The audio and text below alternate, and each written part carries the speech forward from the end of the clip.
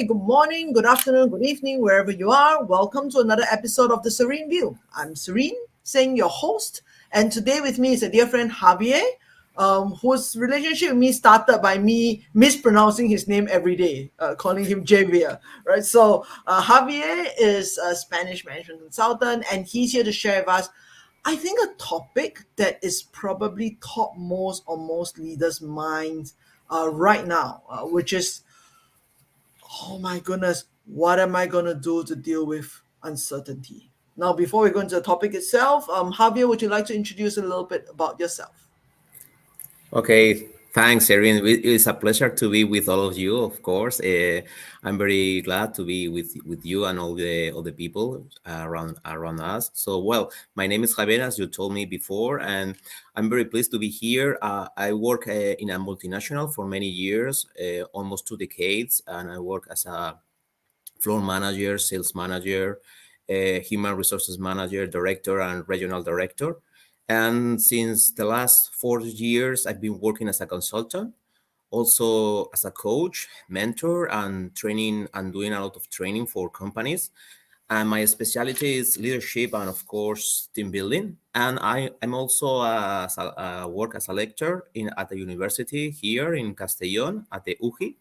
And I'm very pleased, as I told you, to be with all of you and, of course, to share our knowledge and experience about that. So, welcome to those of you who are here. Nikki has already commented saying true grit. Yes. Thank you so much. Come and share with us a little bit more about what you are thinking of. And let's talk a little bit first about this whole idea of uncertainty. Let's go through a little bit of, simple definitions, right? What do we mean by uncertainty? Wow, uncertainty. This is the this is a great word, and I think we all of us we learn about that. I think when COVID started, I think that was the first time we realized that how important is to deal with uncertainty, and right now with the war in Ukraine and Russia, there's a lot of uncertainty around the world. So for me, uncertainty is the first idea is that okay, we have to think that the world has changed and it never will be the same. So for me, this is the key question. So we have to embrace uncertainty because uncertainty is the feeling that you can control anything. So when you are not able to control anything, you feel anxious, you feel bad, you feel that you don't have the possibility to manage things, to manage your company, to manage your life. So this is very difficult, no, for many people. So for me, that will be uncertainty mainly. Yeah. I think Nikki has also shared his definition of it, saying that uncertainty is an uncomfortable position, but certainty is an absurd one. I agree with you. Yeah. And, there's so much volatility, there's so much risk, but at the same time, it does make us feel alive and ready and wanting to do your best.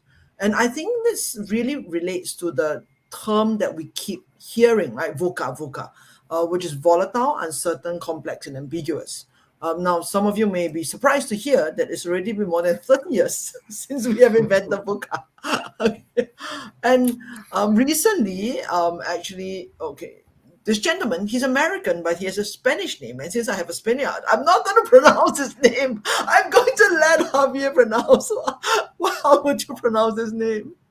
Jamás Casio. Oh, thank you very much. Thank you. So he's an American futurist and he's created a whole new paradigm called Bunny. What does that mean? Brittle means subject to catastrophic failure. It's like the world, right? The world was running perfectly well, and one little thing kind of breaks the whole system. Anxious is where every decision can potentially lead to disaster.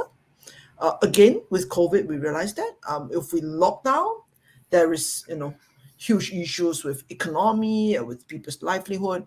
If we don't lock down, then we are facing quite possibly, overwhelm of the medical system and a high death toll. So what do we do? Right?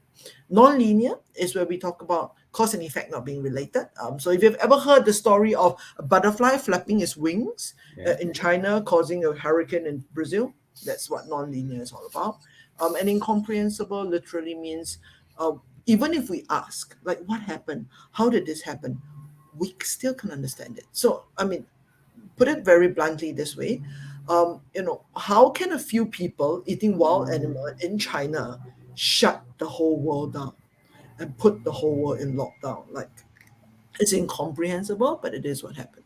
And so he created this 2 years ago, and I don't know whether how you feel about it. I mean, this is his article on it, but I feel that it really brings this sensation, this feeling that the uncertainty that we are dealing with right now isn't that of your parents. It's just like, not your usual uncertainty, not the ones that all the past generations have dealt with.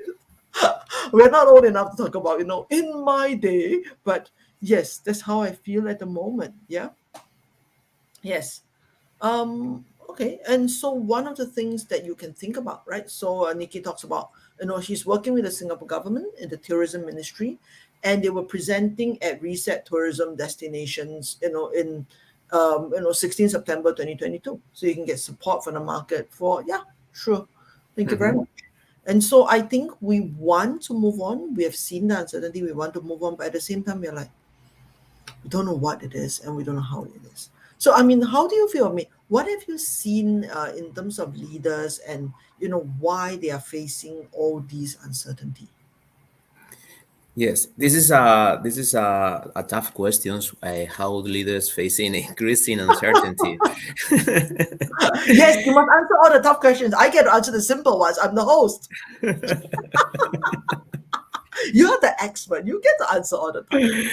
Yes, well, I think what I'm seeing around the companies that I'm with working with them, what many of them is that what they are trying to keep as much information as they can, because in this difficult world with a lot of uncertainty, I think that they have the right information, the better information is key. So what I'm seeing is that many of the best leaders and the companies, they are trying to focus more on their people. They are trying to increase their communication with them because don't forget that our people are near customers, so they have a lot of information, and the information is near than, for instance, the information that you are receiving for the news, the media, or this kind of things. No? So I think this is one of the things, no. So to have a different approach, not only your team, also the suppliers, also another competitors that they work as colleagues, and also they are improving the networking. For instance, through LinkedIn, there are a lot of possibilities to connect with other people and to collaborate and to know more about that. Especially in different sectors, they are trying to get as much information as they can. And I think apart from that, I think this is a great opportunity to receive more things. And I think Nick made a really good point. He says leaders are scared right now. Is this what you also see with your clients? That the leaders, they are scared at the moment? Yes, some of them, yes.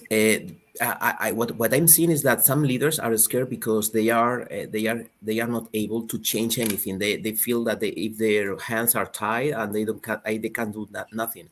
You can see that, for instance, the gas is increasing a lot, the food is increasing a lot, the energy is increasing a lot. So they feel that they can do anything. But however, there are other leaders that they are continuously doing things. They are in action. They are proving new tests, new products, new ideas. So for me, this is the difference. So if you are stop, you are die. So the difference for me is that you must need keep moving and doing different things. This is the difference between both of them, from my point of view. Yeah. And I think I would invite those of you who are on the call with us. I mean, share with us, how are you? I mean, how have things become more uncertain in your area of work? What kind of uncertainty are you currently facing that is perhaps different or worse from before? And like Nikki says, that you can be driven by fear or faith, and it is better to choose something that is more positive. But I think at the end of the day, right, what we are facing, right? When we look at the world and we go like, um, one of the things that Deloitte did this survey, I think end of last year. They do it every quarter, and they said CEOs are feeling that more uncertainty right now than in 2020. Because in 2020 it was very clear, right? Our people all have to go home. We need to secure the life of our people. I mean, the health and life of our people right now. But right now, it's like, what do I do? Do I open up? Do I go back? Do I develop my business? Is it going to be a recession? And there's way more uncertainty right now. Okay? And as Nikki says, uncertainty opens up opportunities, right? Yeah. And as in your work with your clients, is that something that you also see? Yes, absolutely. I'm seeing that, for instance, that there are a lot of leaders that they are deciding to improve and invest more in their people. For instance, they are trying to improve their abilities to communicate with them. They are improving all the commercial department.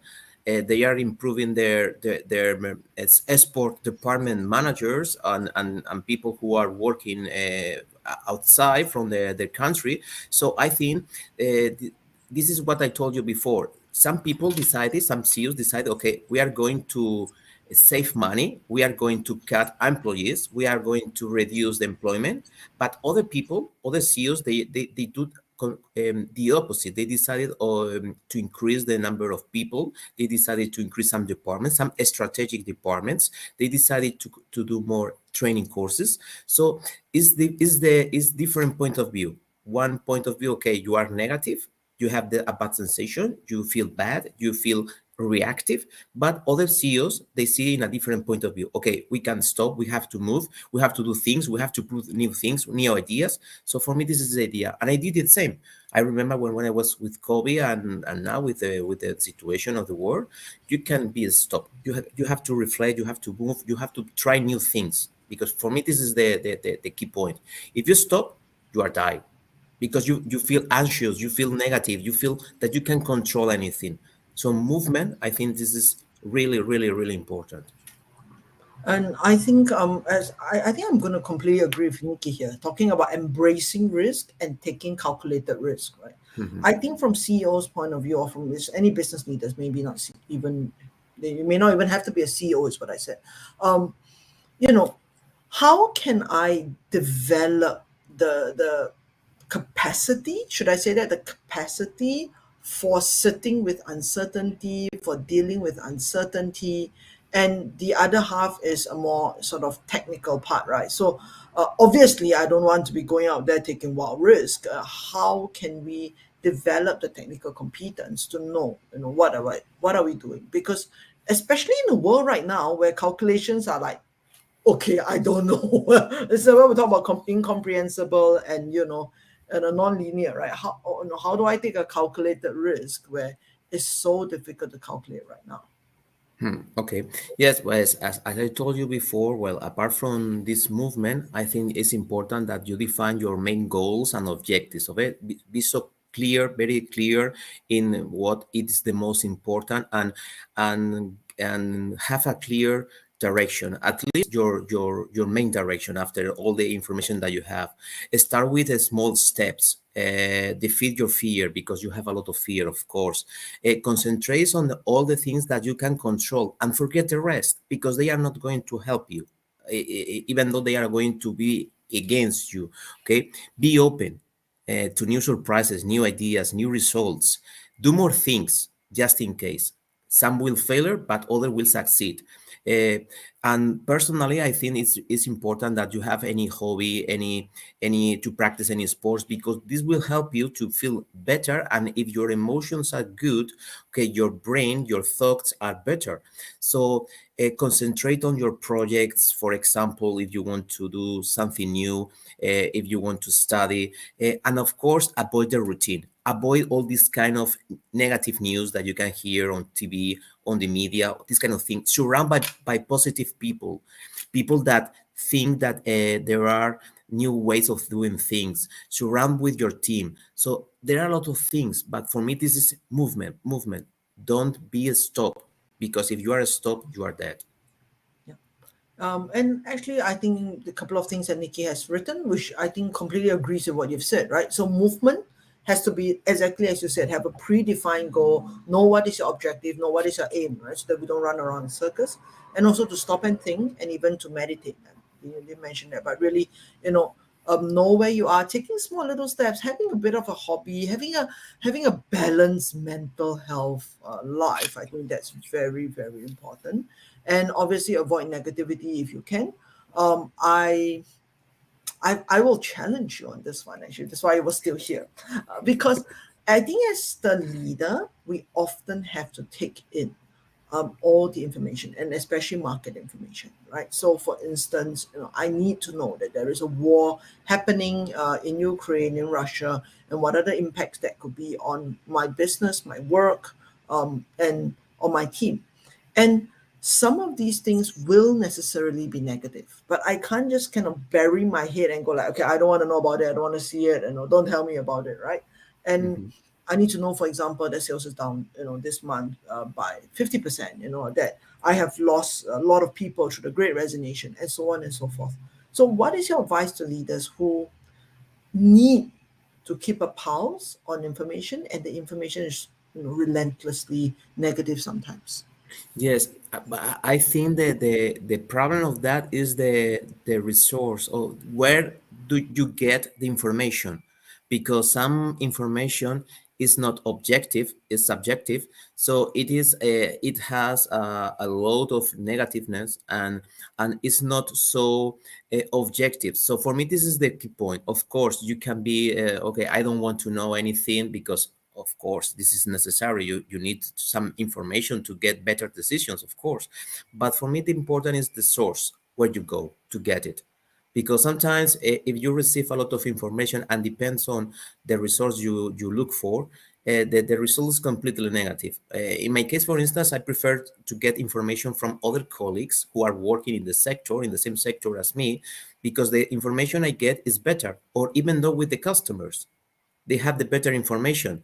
But I avoid, for instance, information from the media or from TV, because this is have a lot of negativeness and it's not always true, you know. So for me, this is important. Okay, you have to choose exactly where you want to choose the best information. It doesn't matter if this we are now in a book situation or not. I think to define exactly where to get it, it's really important, because as a CEO you have a lot of information, and one of the most important abilities, skills, is that you have to choose the correct information and to take decisions. So choose the correct decision. That will be more idea, no, the source. And I think, I think this is Nina. So she's talking about breathe and to practice gratitude, right? To yes, keep moving Yeah. your body, and keep on moving forward, and to just breathe, create. I mean, be grateful for where we are. Perhaps, like you said, right? Evaluate the information.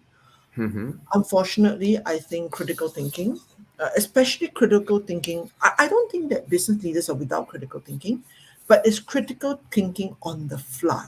Like literally, as the information comes in, and information is flooding in at every moment these days, going like, okay, what is important, what is not important, what is objective, what is not objective, is this something that will affect? So I'll give you a simple example, right? Ukraine is very, very far from where I am, which is in Singapore. I mean, you are in Europe, you're much nearer, but Ukraine is very, very far from Singapore, and they are not even a very major trading partner for Singapore. And yet, I've had so many clients report to me that it has impacted them in some way or other. Supply chain problems. Some of their clients have businesses there, and therefore they need to, extend extend certain arrangements with their clients. Some of them is, oh, my business associate actually has family in Ukraine and so forth. So I think the world is so interconnected these days, that sometimes you will go like, okay, is this information important for me? Is it like, do I need to know? And oftentimes the answer is yes, yes, and yes, right? Yeah, and that's one of the things. And so one of the things is, as Nikki said, and I agree, which is that we need to sometimes get out into nature. We need to go out there and look at, just take a break, go out there and help ourselves come back to almost to sanity, to peace. And let's go scale a little bit down, right? So now I'm the leader. I've dealt with my own fear. Okay. Now I have a team. And they are just as afraid, or I mean, I won't use the word afraid, but they're just as anxious, they're just as unsettled by all this uncertainty as I am. What do I do as their leader? Wow, this is it. This is really important because the team is the reflect of the leader. So that's why I told you that you have to deal with the negativity and you have to try to avoid the situation because I remember some years ago, even though when I went to my old company, and I remember that there was no COVID, there was no war, but even though I was listening the radio every day, and all the news were very bad, negative, everything, all the economic indicators were very bad. So I remember when I was entering to my office, and my face was completely sad, and the people look at you and say, okay, what's the problem? Maybe it's the company, maybe it's that they are going to fire anyone. So I this one day I decided, okay, I'm going to lose to avoid these kind of things because it doesn't help me, but it doesn't help the other people or my colleagues or my employees. So what I did is I changed the radio. I put music. I decided instead of going to work, connecting to work by a road, I decided to go near the beach. So the picture and the image was completely different from the previous one.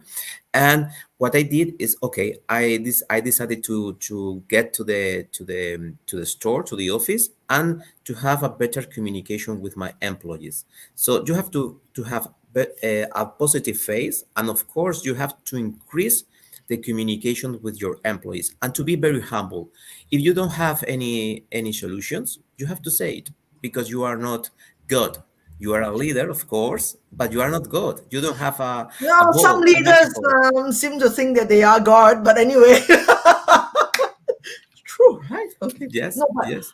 I completely agree what you're saying, right? Which is, as the leader, we need to be self-aware. We need to know what is the impact of my actions, my emotions, my emotional state, or just my what I'm doing on the team. Right. So that will probably be the first thing, right? First, be aware of your impact. And Mm, then the second thing is really to sit down and communicate to the team, like talk to the team. You'll be surprised how much communication has in general gone down. yeah. I mean, I think now we've gotten back, okay, but initially communication just like went down the drain because everybody was home, and all the casual communications, like just dropping by people's desk and go, hey, are you all right? You don't look quite so well, or hey, you want to go for lunch, or even a water cooler drink, or oh my goodness, the project is so terrible. All that was gone because we got onto a Zoom, we dealt with the work, and then we moved on and we moved on and we moved on, and there was so many of us with back to back, right? And so that not so much the work communication, I think that's still there, but the other communication, the kind of communication that gels a team, that really allows you to understand their struggles, I think that was really missing, and I'm heartened to see that that has come back. But I think that really made a lot of difference to people's lives. Yes, absolutely. And Serene, even though that's why I told you that before, there are some CEOs that they are trying to increase their community and their communication with their employees, that they are trying to improve this main skill that I think is essential. And right now, even though more, no? And for me, this is very important, no? Being humble, of course, and being clear, and because if not, the rumors spread around the company. So I think right now it's more important. Try to connect with them every day online or physically, eye to eye, connect. But it's really, really, really important. The information must be every day and every moment. And I think Nina has agreed with you as well that the information has to be reliable. It's like avoid clickbait. The other thing is to set aside a time to read bad news. Right? Okay, so this is all the bad news. Look at it. Get it down, process it. Figure out what it is, and then move on. Right? And I think that also is true of communication, right? Whether it is news, whether it is internally, right? Okay, this is what we have heard, and how do you translate these perhaps very bad news to your team, right? I mean, if you've just heard from headquarters that there is going to be a retrenchment exercise, but you don't know who is going to stay and who is going to go yet, right? Then, you know, how do you communicate? How do you say this? You know, what are you going to do? I think there is a whole area in terms of communication. Um, yes, so yeah, yes. Thank you so much. Yes, I would love for the CEOs to hear about it, and I think yes, they should hear. I mean, they should do more in terms of communication. Now, since we're on the topic of CEO, let's go on a little bit further, right? Like if I have an organization or maybe even just a division that I'm in charge.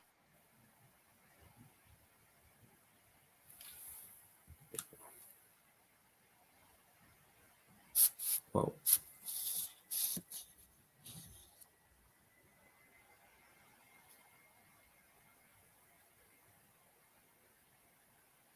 Hello.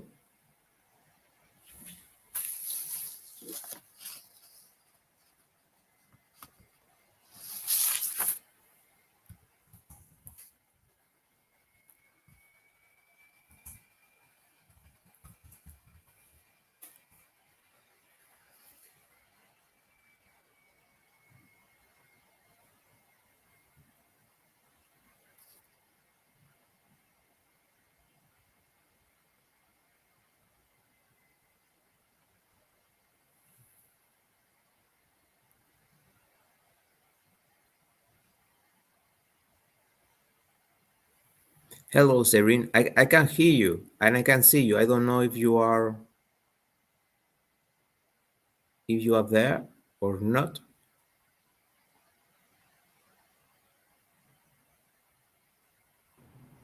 Yes, anything that can go wrong did go wrong.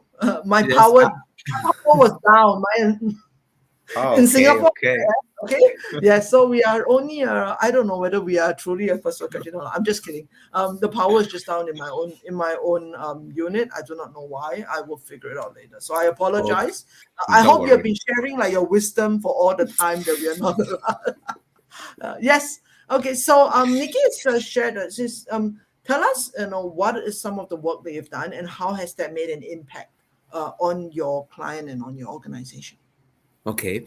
For instance, one of the things that I think it's really important is increase the communication, as I told you before. So, for instance, what I did with some leaders was the following: a daily briefing, for instance, every day before opening the store starts to run and they start to work. All the peoples surround around the leader, and the leader have to speak clearly with a clear message about what the goals for that day, about the good things that they achieved the previous day, and about some ideas for that day. So first, daily briefing. Secondly, okay, another thing that I introduced was that, okay, normally when you have a meeting is with the leader and the staff and the board of directors. Okay, so we include in some of the meetings some people that they are employees that work in the staff in the that they are normal people, working people, and so we include inside, because the idea is that to increase the communication. When these employees they leave the meeting, they start to talk to other colleagues around the factory or around the company. So this is a way of increasing communication, not only through online internal webs or email or WhatsApp. No, it's really good communication.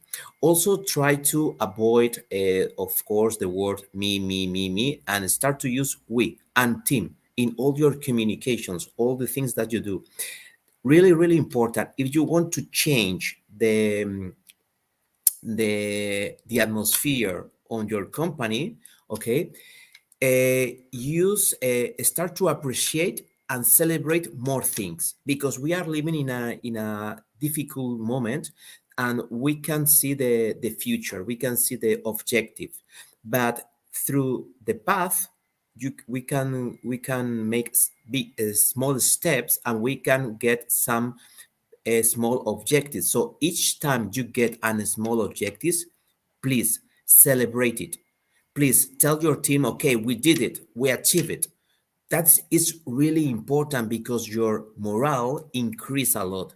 The positivism.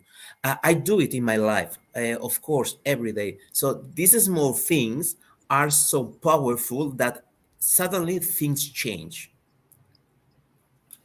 And I think that ties into the question that I was trying to ask and then got thrown off, which is really like how can we build an organization or a division to deal with uncertainty? And I guess a lot of what you've shared, right? So being able to appreciate and celebrate even small wins, because one of the things about uncertainty is we don't know if we really will hit that big win Yeah. because things change so fast. We don't know what's next, right? So every little step that we take in a very chaotic and uncertain world, I think deserves to be celebrated because this is not easy, right? It's not easy to take a step forward when things are changing. And I think, including all members of the staff all the way down is also something that we can do as an organization because unfortunately, if things are stable, I think the top management can set the direction, set the strategy, and move forward to implement the plans. But if things are not stable, then oftentimes it is the people on the front line who has to make the decision then and there of what to do. And if they were in those strategy meetings and have an idea of where things are going to go, that makes that easier for them. And then thirdly, of course, having a we culture, a team culture, that's powerful, right? So Nikki was saying that in hotels every day there are daily meetings, 15 minutes of head of department, and that works wonderfully. And you are right. I mean, it works for hotels.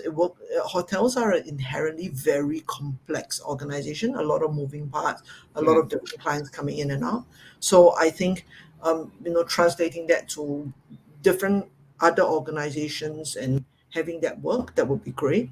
Nina was talking about how to demonstrate uncertainty in action, right? So actually, to really kind of feel that, okay, yes, we don't know either. I think one of the things, I'm not sure about you guys, I mean, text me in and tell me how you feel, but one of the things I really felt assured by is where, the leader goes, look, we don't know what it is, like during COVID, right? This is what we do know. This is what we are trying to do to protect you. But, stay tuned and we will try to, keep you updated. But yeah, like what you said, I'm not God, I don't know either, but I'm being open and transparent with you. And I think that openness, that transparency, the willingness to admit that we don't know it all, Yeah. that's very good for organization. Yeah. So I think maybe one of the things I really wanted to talk to you about is this, which is moving forward into the world. Do you think that we will I'm not even going to ask you, do you think we'll be more uncertain? Because I think the answer is yes. But do you think we will get better at dealing with this? Do you think that, as organizations or as leaders, that we will get better? Or do you think it will always be kind of a struggle to deal with this level of uncertainty? I understand perfectly the question because I think we are going to struggle with that. If we have the feeling or the thought that things are going to be as before the war, as before COVID, as before anything. So I started this speech saying that the world has changed and never it will be the same. And I think this is the key idea. If you don't have that in your mind, you are going to struggle every day. I think uh, I understand that people, and because we are human beings and we have the necessity to control everything, but you can control, even though you can control your life. Maybe tomorrow I have an accident or my heart breaks or I don't know. But people have that necessity to control. But instead of having that necessity to control, what if you think, okay, we have to embrace the new reality, a new way of living? Okay. In the moment you decide that, I think things change. It's a new perspective, a new way of doing things. You start to train your skills, your abilities. So for me, this is the key. Okay, Don't think about the past because the past is not going to return. It's past. Think about the present and think about the future. And this will help you to move forward. That is the main idea. I don't know what you think, Serene, about Yes. that, but this is my point of view. Yes, so I actually was looking at some of the comments from Nikki. He says, empower your people to be invested in your success, incentivize that. And that in Asia, he does find that there is a lot of very top down controlling organizations. Hmm. Also in the Gulf, I think also in Spain. I would probably say also everywhere else. I think Yeah. that's quite common. Yeah. Yeah.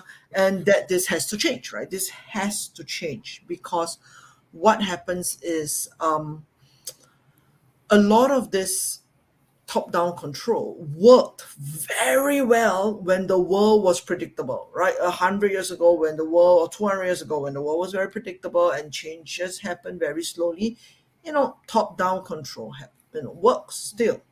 But the moment that that is not true, then actually we need a different way of control, right? So I often give the example of a body, right? So obviously my body all works together to keep me alive. But when my hand touches something hot, my hand does not wait to tell to my brain and then for my brain to say, hey, yeah, it's too hot, right? Please remove your hand from that because by then my whole hand will be burnt, right? So the moment I touch it, the hand makes a decision that no, this is too hot. We need to keep the body unharmed, and they move back. And that's the kind of almost empowerment that we need to go.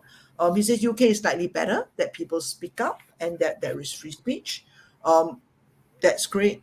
But I think we need to move towards exactly what you're saying, right? We need to move towards a new reality. Go towards like, okay, the pre no, I think so many of us go like, oh, are we going back to what we were? Are we going back to normal? And that's never happening again, right? Yes. That's never Yes. happening again. Whatever was the normal in the pre-COVID times, that is over. And the world has changed and the world has moved on, and we need to kind of let go of the need to say, hey, I want to control what comes next. Let go of it and go like, hey, we are in this new reality.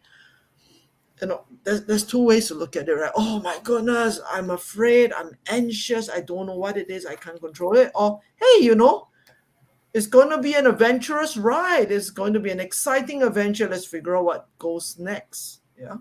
I'm The not sure sooner what you think about that. Yes, yes, I was thinking about that. Okay, the sooner you understand that, the better for you and for your team, of course. This is very very clear because the world is not going to be the same anymore. So I think there is a new leadership. There is a new way of leading people. This is not more control. This is more trusting in your team. You are only one. We are talking about we. You have to trust them. You have to give more power. You have to give more responsibilities. Yesterday I was talking with a CEO specifically about that. No, he decided to change his structure for the last 2 years.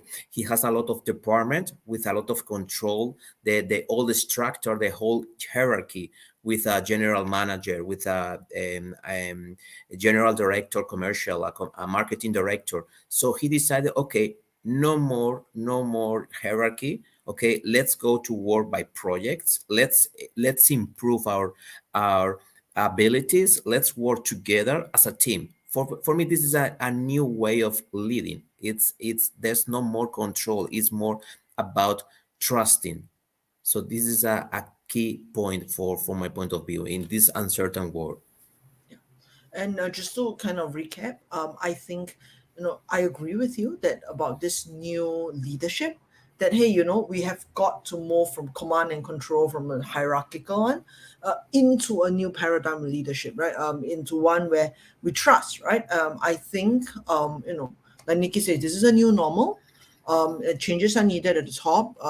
Well, it says we need more women, perhaps, but I think what we need really is for both men and women to start to think a lot differently about what it is, right?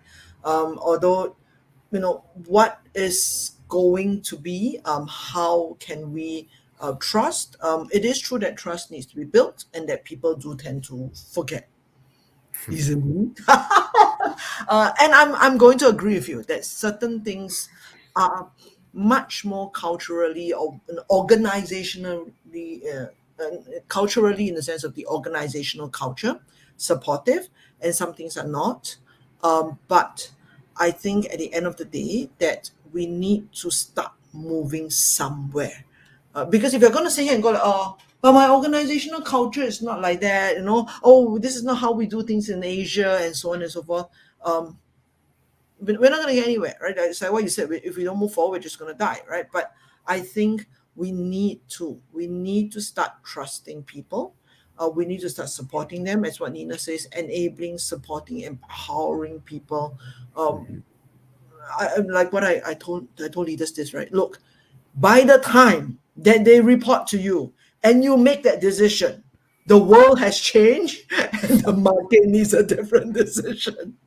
Can I share with you an Yeah, anecdote sure, sure, sure. about a CEO? Okay, Yeah, yeah, the other day I was with a CEO in his company. I'm helping him, and I was in his office, and I saw a book, a marketing book about how to generate new ideas in an uncertain world, and he was reading that book, and I say, okay, you are reading a book about how to create, how to have new ideas. Okay. And my question was very clear. Instead of reading that book, why you don't go to your people and ask them why what they will do? Because you have 50 people, 50 brains, and you didn't realize about you have 50 people with 50 brains and a lot of ideas that maybe they will help you. So sometimes we have the knowledge near us, but we don't realize. So we have to change our mind. yeah. Yes. And I agree with you. I mean, I like, you know, why should you? I mean, and it's like, how could a marketing book give you an idea that is more relevant than your people who are actually doing the work, right? And so, like you said, it's a question of trust, right? Do you trust your people? And Nina was saying, Nina is an Antarctica guide. And she says that in outdoor work, they always have multiple contingencies. They always have the ability to adjust to constantly changing conditions, to move from plan A, plan B, plan C, plan D. And any expedition leader will have that power. And if they don't have that power, well, the expedition is about that, right? So I think we need to start having that level of trust in people to go like, hey, um, why you need as they said, we need to set aside our ego and Ego. start to grab the tiger by the tail. We need to change ourselves first, right? Because if not, Mhm. if we are insecure, how are you going to trust? And I Yeah. totally agree with Nikki. I think the reason many leaders don't trust is because I'm afraid, right? What happens if I trust you to do it and you fail me, right? I am ultimately at the end of the day responsible for the results of what's going to happen then. And I Mm, think that trust comes from a deep fear. And mm. perhaps that deep fear comes from, like what we said earlier on about Bunny, right? From this anxious state where every choice is a disaster. Like no matter what decision I make, there's a potential for disaster. But what would you give as an advice to leaders, who maybe in that state of like, hey, wait, I'm responsible, right? If they make a mistake, I'm responsible. What would you say?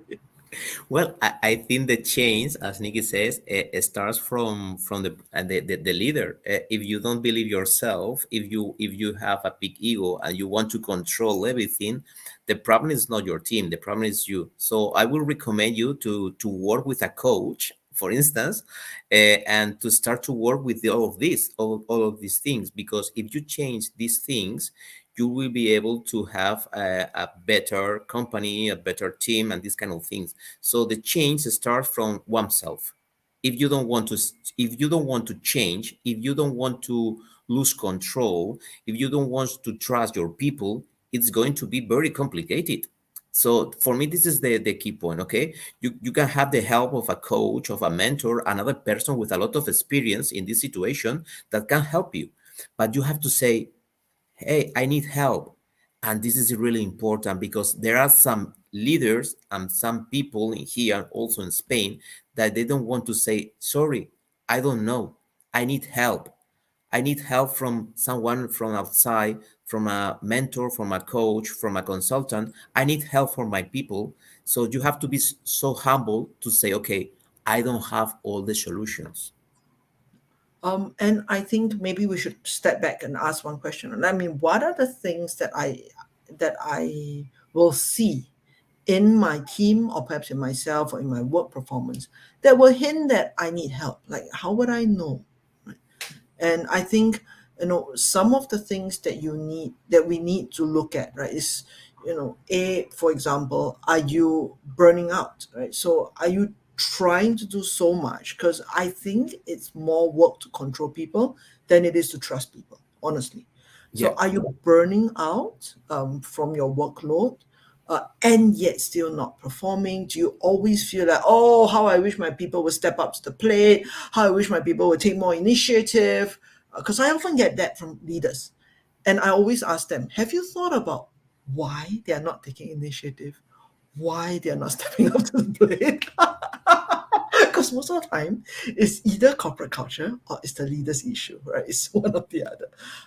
If you what A third thing would be, if you constantly feel like, um, you are in fear, you are anxious, you are not sure if you will be able to deal with contingencies and so on.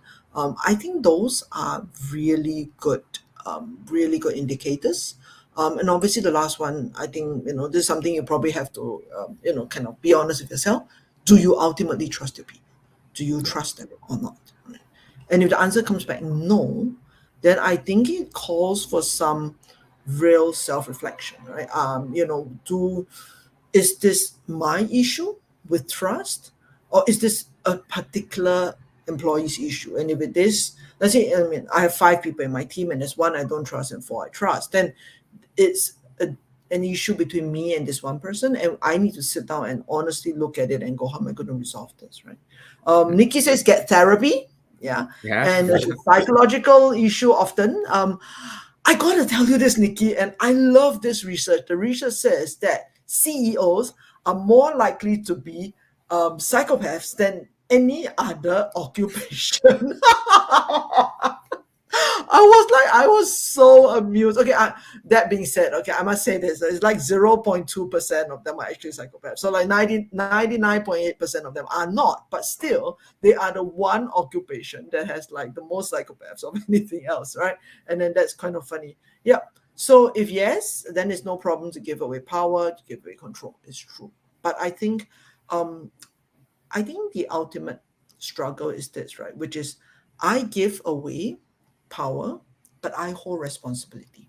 Yeah. It doesn't mean that just because I empower my staff to do it, that if they fail, my head is not on the block, right? So it's that balance between accountability. How do I ensure that they are accountable? Um, Trust, right? If I cannot trust these people after quite a while, then the issue is either this person is truly incapable, you need to replace, or the issue is with me. I have a big issue with trust. I need to change myself. One of two things, right? So really looking at that. And then Nina has says that when it comes to how you recognize you need help, not sure whether I've also mentioned insomnia, poor diet, letting go of positive routines like exercise. These are all red flags for her. Yeah. Okay. Yeah. Thank you very much. Thanks, Nina. If some of you have red flags, then just know this. Like, if you know yourself well enough to go like, okay, if these things happen, is a red flag. Then that's even better, even greater. So yes, Nikki says she's seen many psychopaths. Oh my goodness, it is work. Yes. Okay. So, we're coming to the top of the hour. I want to just ask if you have, like, if there's one thing you would really want leaders who are listening to this, and leaders at all levels, to take away from this conversation, what do you really want them to know? Yes, I will say trust your people. Trust your people. Don't be so focused on yourself. I have a code that say, okay, if you want to run fast, do it alone. But if you want to go further, go with your team. That is my quote, and I where I go, I predicate with that, because for me this is the main idea. And now we need to collaborate more. We need to work in a team. We need to work. We used to the word we, as we said before, as we are doing right now. For me, this is the key point. Start to think about yourself and start to think about your team, because if you take care of your team, they will take care of you. Absolutely. Okay. Thank you very much. I've asked those of them who are on the call with us to share. Nikki has shared a few. She says you need to live with calculated risk because business is uncertain and not everything will work. And therefore, we need to build in failure. And this is the whole idea behind agile business, right? Fail early, fail fast, fail often, and keep learning, keep learning, keep learning. No, that learning organization idea, right? To keep failing, keep learning, keep moving forward, and build better and better. And then one thing for Nikki is be bolder, and then when we're all together, we're better. Yeah. That is right. And if anyone else of you want to share this, like just put it into the comments, share it with us. I think just over this conversation, I just want to sum it up, and really in three things, right? The first is that we are facing more uncertainty than before. We used to say VUCA, volatile, uncertain, complex and ambiguous, but now it's even worse, right? It's bunny, which is like incomprehensible, not anxious, everything ends in disaster, and that is a much worse situation that we're in. But yet, I think leaders can build and can be with their people. So three things I think. First is as a leader myself, how am I able to be self-aware enough to know the kind of leadership that I'm exercising? That leadership has to be trusting, that leadership has to be inclusive. I have to empower my people and not have it be controlled and not have it be hierarchical authoritarian. Yeah. Next is, like what you said, right? Step into the new reality. The old is not coming back. The past is gone. Step into the new reality. Accept, go to the new reality, like move on, right? Take this one step forward. I mean, we could be filled with fear, but if we could just take that one little step forward and celebrate our one little wins, then that would be fantastic, right? Just step forward a little bit at a time and keep celebrating our wins as a team and move from me to we and move from I to team. Yeah. And I think in terms of the team, really is being there for them, supporting them, communicate, communicate, communicate, like talk, talk, talk, talk, talk, talk, talk. Communication is key right now. Yes, right. I mean, if you're not, it's not just work, but really communicating on all things. And I think in an organization, it's this capacity to go like, I don't know, capacity to go like, hey, I don't know where we are going with this, but we will be transparent with you and we will be going on forward. Okay. So Nina also has a last comment. She's thanks Serene and thanks Javier. And then Nikki is like, okay, all right, Nikki, let's bye for now. I think I really thank you today for coming by, Javier, for sharing all of your insights, all of the work that you have done with your clients, and what really worked with on the ground with people. If you want to connect with Javier, this is his LinkedIn. Um, LinkedIn, LinkedIn link was what I was going to LinkedIn. say. Anyway, this is LinkedIn. Do search him up. He's also written a book. He's an author. And this is his book site. So if you would like to support him, you can also go and have a look at it. And next week, who's coming by is going to be Eugen. Eugen is going to talk about something quite interesting, which is what is the missing key to solving unsolvable problems? Because a lot of times leaders are being tasked to solve things that are completely intractable, completely like hairy problems, and I have no idea how to solve them. What is the one missing link that would enable leaders to solve these kinds of problems? So same thing Saturday. Not Saturday. Oh, I'm Thursday. Same time. No, it'll be 2 hours earlier. 7 o'clock. 7 o'clock Central Europe. And 1 p.m. Singapore, and do come and join us next week. So, Javier, thank you so much for today. Any last words? I always let my guests have the last word. It was a pleasure to be with you again, Serene. Yes. Thank you so much, Javier. Thanks to all of you for coming by. Thank you, and I'll see you Bye next bye. week. Bye bye.